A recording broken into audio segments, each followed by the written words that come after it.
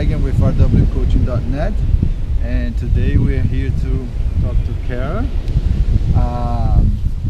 She's our yoga professor or teacher, instructor. I don't know how you prefer, but teacher's fine. Okay. Yeah. And so how long have you been doing yoga? I have been practicing myself since high school. I started dancing when I was young, and yoga at the time, when my mom was working out daily, and she had this workout video that included yoga, and so it just came naturally, the movements. But then I started teaching elementary school, and I noticed how it helped me so much more than just the flexibility, that it was an overall well-being growing process, helped me develop ways to manage my stress, I was feeling overwhelmed, the students were feeling overwhelmed, so I'd be able to work with the students with the yoga and the breathing practices, and So I took that with me. What were you teaching? I taught, it was a 3rd and 4th grade, but my focus was reading and writing. So, but I noticed that the yoga would be such a beautiful bridge for these students. They were coming from challenging backgrounds, home lives, and the stresses at school were difficult for them to manage. They're young, so these strategies were helpful for them and myself. So you were teaching them actually yoga as well? Little bits, since wherever I could fit it in today. Exactly. That's very interesting. And then I decided to go deeper into the field. And then that's when, how was the merging in? Because you went from teaching kids to start teaching like pretty much grown adults. Right. And a whole different field. So how was that transition in your life? It was easier than I thought, because teaching, if you're passionate about it and enthusiastic about it, it shows. And I think that I was passionate about reading and writing too. So to carry that on, whether it's a child or an adult, it's very much the same. And I teach children's yoga as well. Oh, okay. So it's fun to still be playful in the practice instead of very serious and solemn.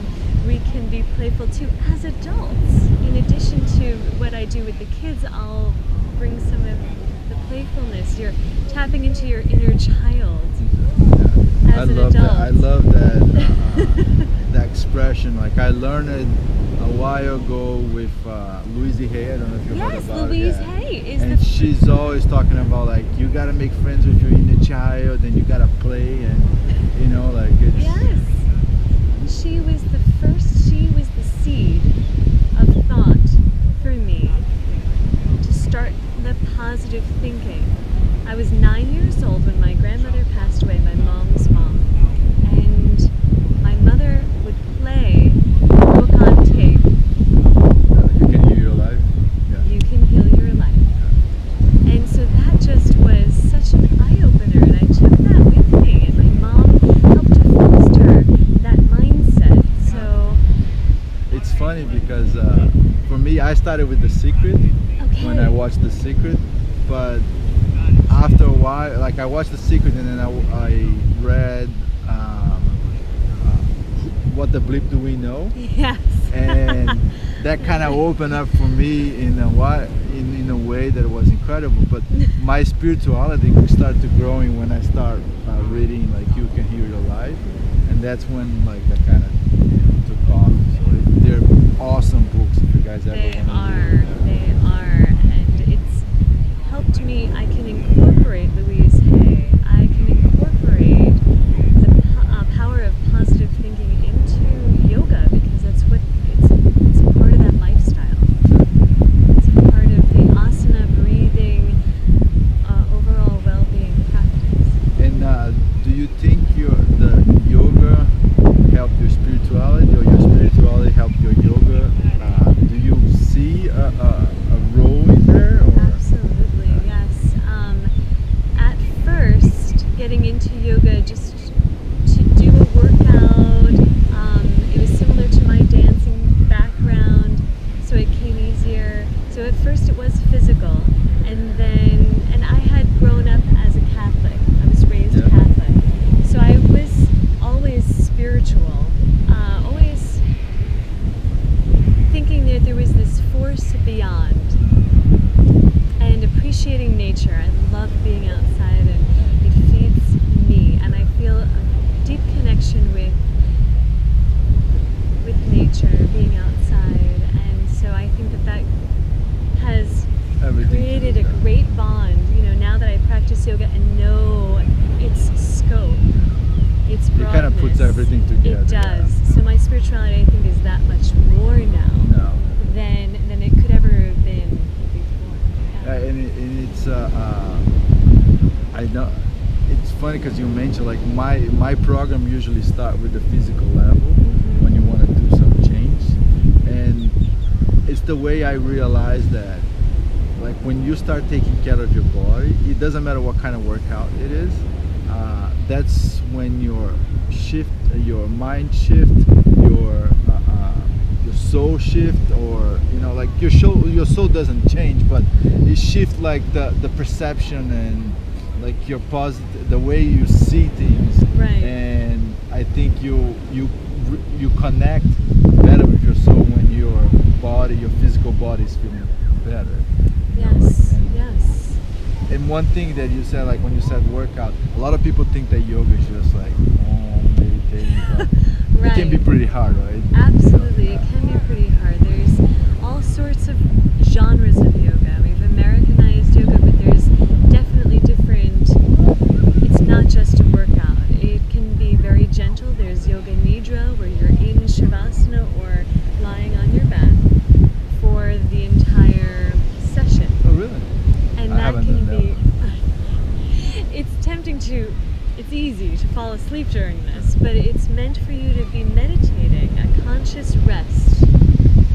And then there's something like Ashtanga, which is very involved. It has 3 levels to it: primary, intermediate, and advanced, where you're tying yourself up into a pretzel, and there's a set sequence. And then there's vinyasa, where you can flow from one. It's almost like a dance, a moving meditation. But it's important to connect the breath and movement, but also your intention for the practice, so it's not just a workout. So it's more of a moving meditation. Ashtanga yoga, I think it's the yoga that Madonna Really? uses it a lot. Yeah, she actually had, I think she have a music that mentioned that. She have a song that mentioned that. But I think that's the yoga that she did mostly because she was big into it. Yes, it's definitely one of the oldest. And Madonna, classic. you see that she has a pretty good body. She does, and Sting practices. I'm not sure which genre of yoga Sting practices, but I know that he is a diligent, dedicated practitioner. Yeah. Now you mentioned intention, Reiki, and I'm a Reiki master. I don't know if you are too. No. Reiki has a lot to do with intention, and I think they both, like Reiki and yoga, they kind of merging together. Have you practiced Reiki before? No. Have you ever got done it on you? No. No, it's new to me, and I know of it, but I've never experienced. Love to though. We can work it one day. Sounds great. Now, I know we were coming here and you mentioned we were talking about food. Yes. Can you explain, because I thought it was very, very interesting how you put it out there, and I would love to share more. Sure. So we were talking about, am I a vegan or a vegetarian? And I said, well, I practice a vegetarian lifestyle, but if there's an opportunity to try a cuisine of a culture, and it includes meat, but I know that it's meat that's clean or taken care of, or that the animal was taken care of and treated well before I'm eating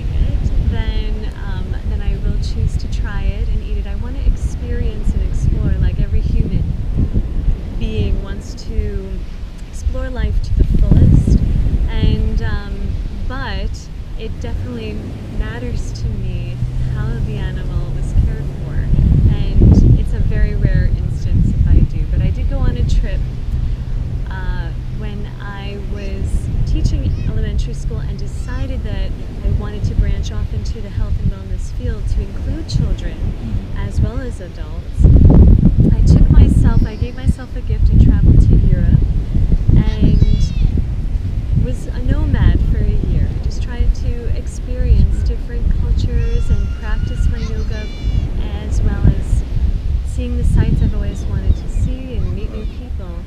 And that's when I discovered being a flexitarian would be more of an option for people, because what if your body, everybody's different, and so what if your body is calling or change, where our bodies change as we age, and what if our body is craving a certain kind of protein, and in yoga we learn to listen to our body, our spirit, our emotions more efficiently, more effectively. So I want to also be able to listen to what is my body requiring or requesting of me.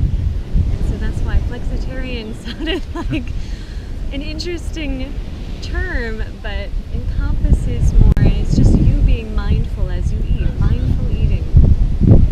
It's funny you mentioned, because I went vegan for quite a while. I was vegetarian before and vegan for quite a while, but I always said like I would not eat anything until my body craves, and I was craving like eggs like crazy, but I was like, no, I'm vegan, I can't eat it, I can't eat it. And I was beating myself up until I was having some health issues, and the minute that I ate those eggs that I was craving so much, I started balancing out again. Wow. And so I'm the same way. Like I try to eat like like I still don't feel good like eating like a lot of meat, but if my body's craving, I will go for it, and I will go for high qualities. I want at least the animal to be treated fairly, and the way I do it's like when I do it, I be grateful before I eat it. Yes. That animal was there, Yes. that the animal gave his life for me, for my health. Absolutely. You just reminded me, Thich Nhat Hanh, the Buddhist Vietnamese monk, he has mindful eating contemplations that you read before, like a prayer, that you read before you eat, where you look at what's on your plate, the vegetables, the meat, if there is any, fish, whatever is on your plate, and you're saying how grateful you are for whoever planted the seeds for the vegetables, the nutrients in the soil, how the animal, you're thanking the animal for sharing itself. And it's just a beautiful way to acknowledge what's on your plate, to acknowledge the food and the work and who helped to bring that food to your table. Yeah. Not just the family and you going to the store, but beyond the store. Who picked those fruits and vegetables for you, and just to have a broader perspective of. And I think if you eat this way, it's a lot easier to avoid all the junk food, because when you see chemicals, you can be grateful for who created the chemicals, but like it's like what's the point of eating that? It's yeah, sure. You definitely have more. You create more awareness of what you eat. That's exactly the awareness. I like to be. I never heard about that. Is that a book that? There are books out, sure. And no, but for gratitude. Yes. Or, yes. Not that I can think of at the moment what the titles are, but I can send them to you and we can maybe talk about that. Yeah, gratitude for me, it's a big thing. We have a board in our house that we do 10 gratitude list every day. That we gotta write it down. Wow. My wife, me, and we write it down for Luke for now. But when he grows up, he's gonna start writing. And it's funny you mentioned, because I watched. Have you seen the Naked and Afraid Discovery Channel? No. So it's a show that you go out for. I think it's 21 days on they put you on a wild somewhere, and each time can be different. That's right. And then you're naked, and you have to hunt for your food, and you have to look for fruits, vegetables, whatever. And you out there on your own. You got a camp, but you gotta make your camp. But one time, like it usually is a couple, and it was like this lady and another guy, and they kill eel, like a fish. They caught it, and the lady was like, "Let's wait for a moment because this fish gave your life for you." And I thought it was very interesting because she stopped to say thank you for it, and because they were starving for like 3 days. Oh my gosh! So to wait any longer would be. Yeah. So I think that was, like it was a good, like it's a good message because the guy was like, "Just let you eat it," and she's like, "No, let's wait for a moment. The fish gave his life for you," and then I thought it was very good. Yeah, that is very interesting. To take that moment of gratitude. When you're in the wild, starving. Right, so that says a lot. I think that. Yeah. Now you mentioned that you work a lot with kids. Is there any reason for that? Oh, it's fun. It's just because it's fun, and they come up. We tell stories with our yoga poses. A lot of the poses are named after animals or things from nature. So we can say that we're taking a walk through the woods and create tree pose, and then move it. What animal did we come across? What animal came out of the trees or the bushes? And we create that animal with our yoga poses. So it's fun, and we play games like Duck Duck Goose, but you can change the game where the person who gets called out is then to show a yoga pose, and everybody else is to do that yoga pose. So it's just different things. You be creative, and the kids come up with ideas, but it helps them to learn strategies to be cooperative with one another, to breathe. The kids, babies are born, we were born knowing how to breathe naturally, and then life happens and we get stressed, shallow breathing, conditioned, yes, and the stress, and that we're no longer working our parasympathetic nervous system. We're more in the fight or flight, shallow breathing. Exactly. So it's good to show them that. When I was racing professionally, I did a lot of training that I found myself like hyperventilating for no reason, and I would start being mindful of my breathing and change, and I would be able to quiet. The heart rate went down, and I kept the same pace. Yeah, wow. So it's very, very important, to breathe. And to show the kids that so that they can take that with them as they age.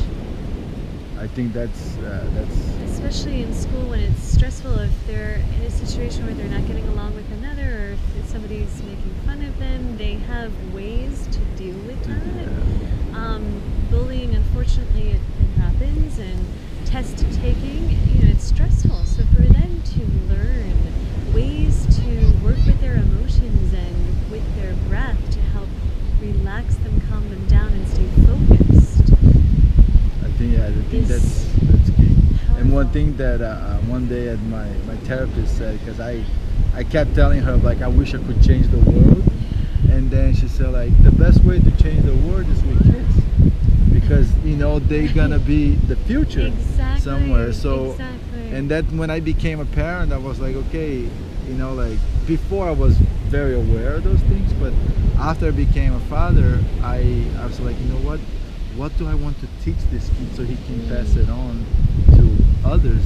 And that's been my goal always. It's like, I always try to lead by example, and I think that if most parents do that, we can make like a huge difference in the world. And it just takes like a few kids, because other people see it, and I usually explain to my clients, students, it's when you change, people see it, everybody around you is gonna. I saw with my own eyes with my family, and like once you start changing something, they in the beginning they're resistant, and then after they look you doing better and feeling better, it goes like a change. So. It does. Actually, I noticed that in my family too. We grew up like every other American family, eating American type foods, and then I started to try eating better foods, and they were like, "Nah, I'm not so sure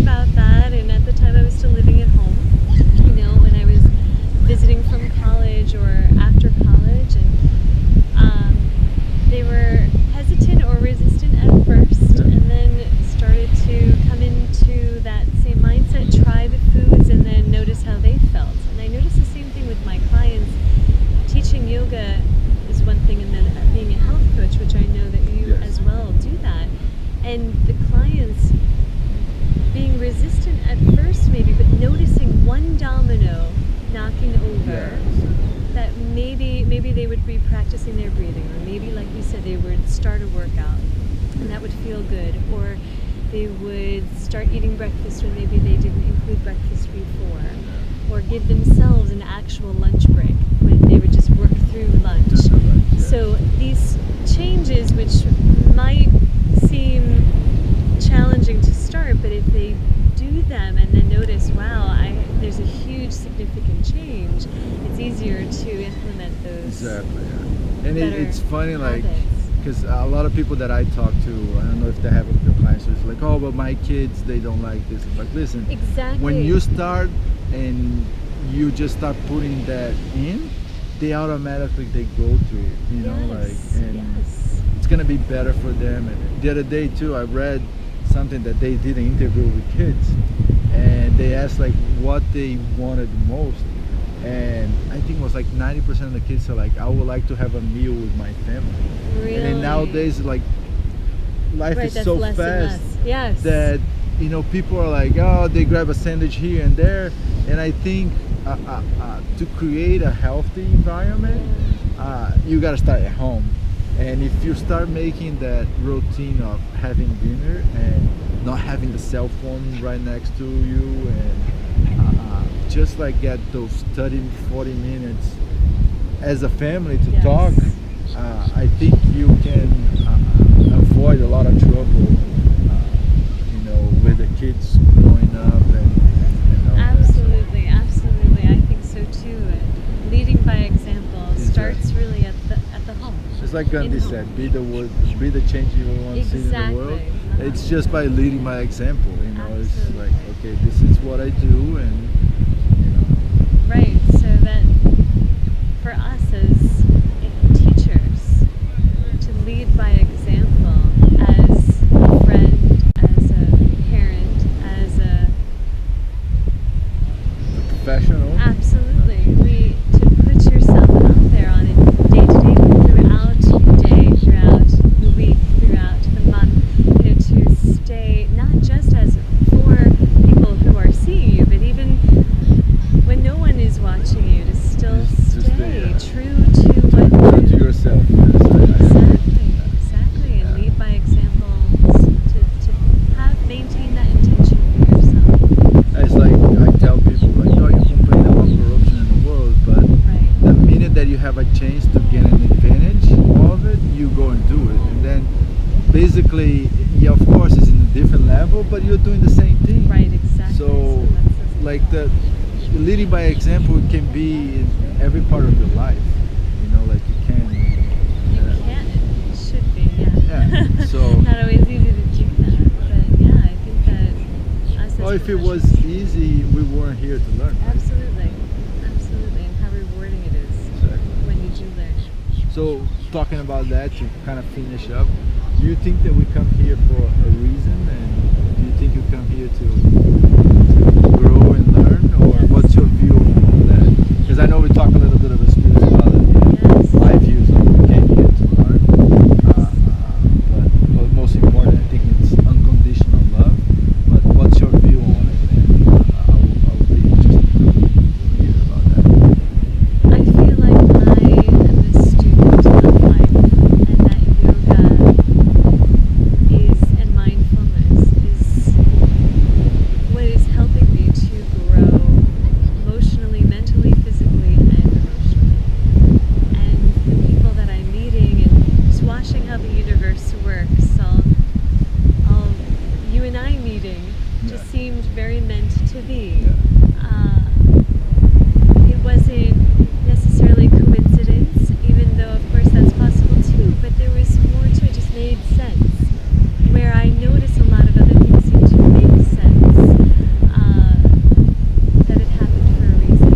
And I love learning about the experiences of other people and how that adds to my experience and teaches me about who I am when I learn more about someone else.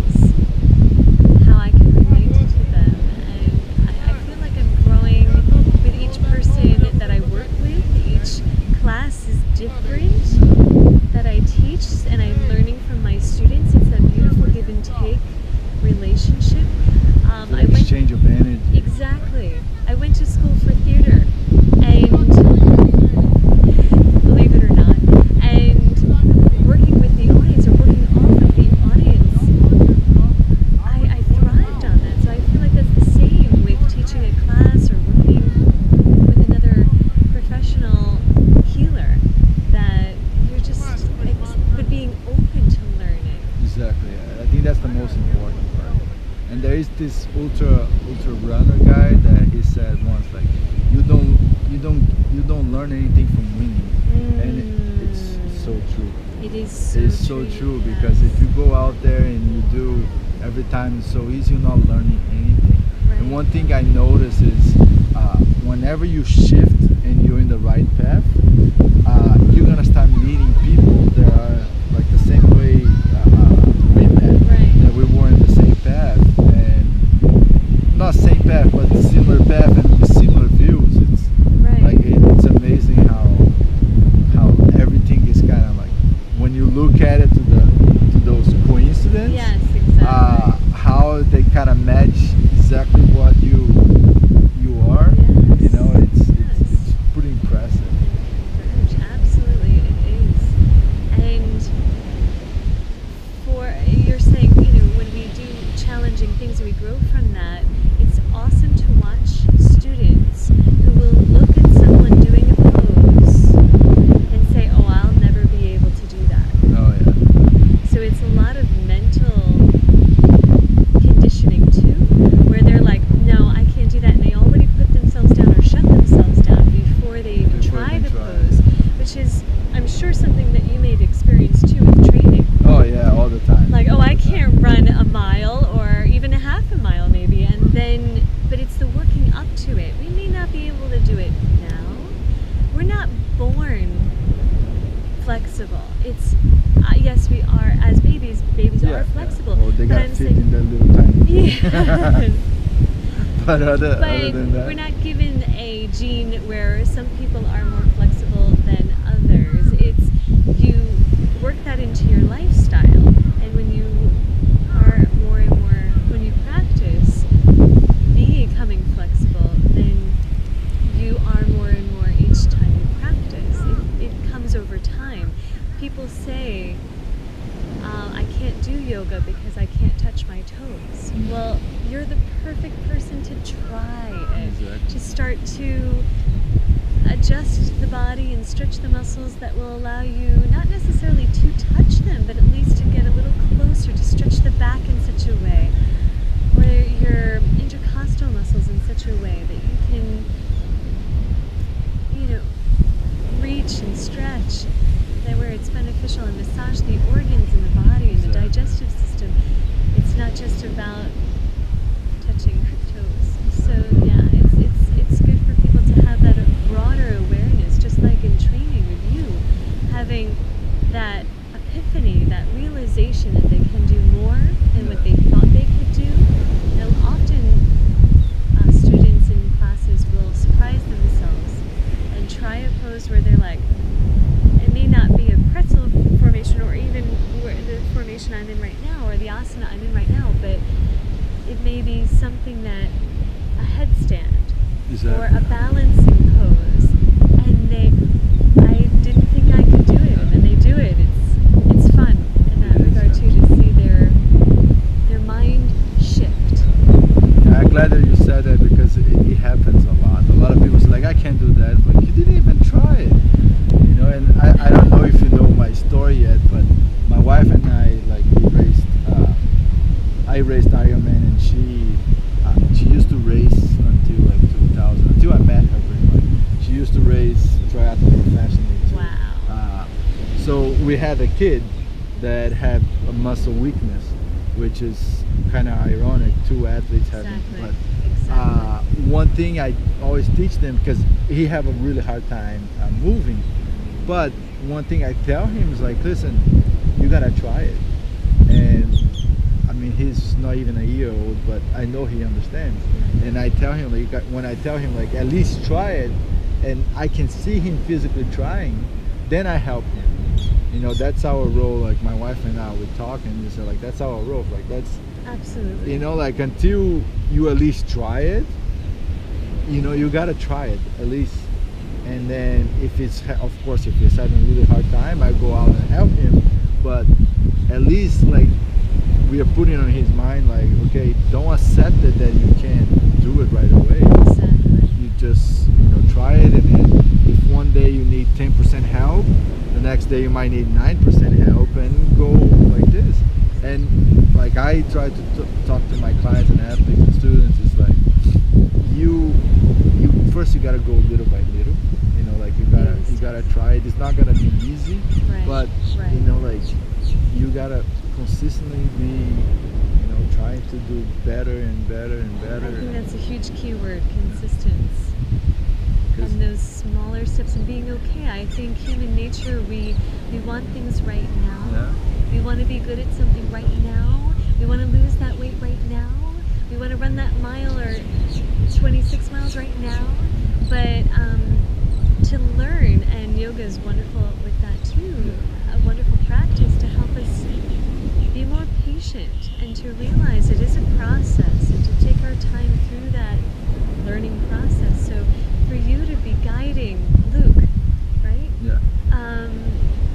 Step by step, as before he's even won. I think it's beautiful. And it's like I was like right away. Because all the doctors said he's not gonna walk, he's not gonna do this, he's not gonna do that. I was like, okay, you know what? Let him decide that. You know what I mean? It's like that's the minimum I can do. It's like let him decide. Right. If he thinks it's possible, it might be possible. Exactly. If he thinks it's impossible, then you know, like there's nothing I can do about it. But that's gonna be his choice. You know, so and that's what I try to teach people. Like listen, just go out there and try it. You know, like one day a little bit more, and the other day a little bit more, and then go. And you didn't gain the weight. Like you didn't wake up. You ate bad on Sunday, and you woke up 100 pounds overweight on Monday morning. You know, like so. You know, it's over time to gain weight, so it's over time to lose it. To lose it, exactly. Right. But you said something else that was very important too. It's a choice. If you're going to give Luke the choice to, if he can, you know, whatever he can do, he can make happen. And same thing, I think we all have to realize it is a choice to get up in the morning to practice, or to run, or to train. It's a choice to be healthy. Meditate. It's a choice between the apple or the Snickers bar. It's the choice between the Diet Coke and the water with lemon. It's a choice, and I think that can't is often a word that we say. Oh, I can't change the habit, but like you said, little steps makes it huge. I think a lot of people feel like they have to change everything about what they're doing in order to make a healthy or create a healthy lifestyle. But like you said, those baby steps, a domino will knock over another, one baby step, and then it'll happen much more effectively, efficiently, and for a longer time. And when you see the results, you kind of want more and more and more. Exactly, that's your incentive. Yeah. You're seeing the changes happen before you, within you. I think it was great conversation with Cara. By the way, where do you teach yoga so people can? I teach yoga privately in small groups, as well as in downtown Lake Worth, the Cozy Yogi. So look it up, cozyyogi.com. It's a warm power yoga. We also teach yin practice, yin yoga there, which is a yoga that you work the fascia tissue, the connective tissue around the bone. Often in yoga or any other workout, we're working just the muscle. This goes beyond that. So we teach that as well, and a gentle vinyasa flow. So in Cozy Yogi, downtown Lake Worth, and some other locations, but they're private locations. So. And you do for kids and adults? I do. I teach kids yoga as well as for adults. I teach chair yoga too. Chair yoga is often thought of to be just for older people because that's more accessible. They can sit in a chair instead of getting up and down from the floor.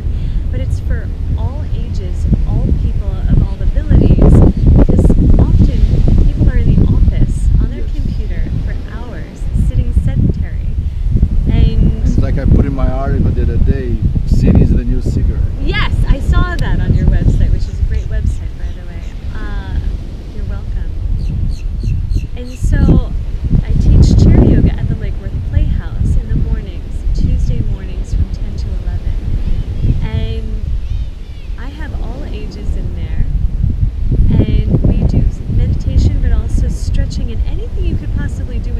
which is a lot. Yes. Just very similar to what we do in a regular yoga practice. So, but it's That nice gotta to be a use. good yoga for Luke. It would be, absolutely. You can use the chair as leverage to help with whether you're doing a balancing pose or a strengthening pose or a twist.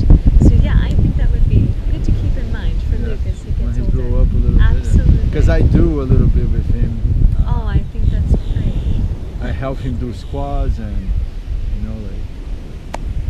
and I think that in case that he have a hard time walking, Right. then that would be a good way to start. Can be Exactly. the chair. It would. People who are, again, of all abilities, people who are bound in the wheelchair, there's people who do horse therapy, where you're doing yoga on the horse, or with the animal therapy. I don't know if you've seen, there's yoga with goats. Oh yeah, no, I never seen it. There's all sorts of things that are available for us to. It's not just one way. Exactly. Yoga is for all. Now, the one yoga that I want to try is on a pedalboard, but That is awesome and very challenging. It's great. Well, thank you so much. Thank you for the talk, and you guys can check it out. If you like this video, you can put a thumbs up, subscribe to our channel, and thank you very much for watching. Feel good.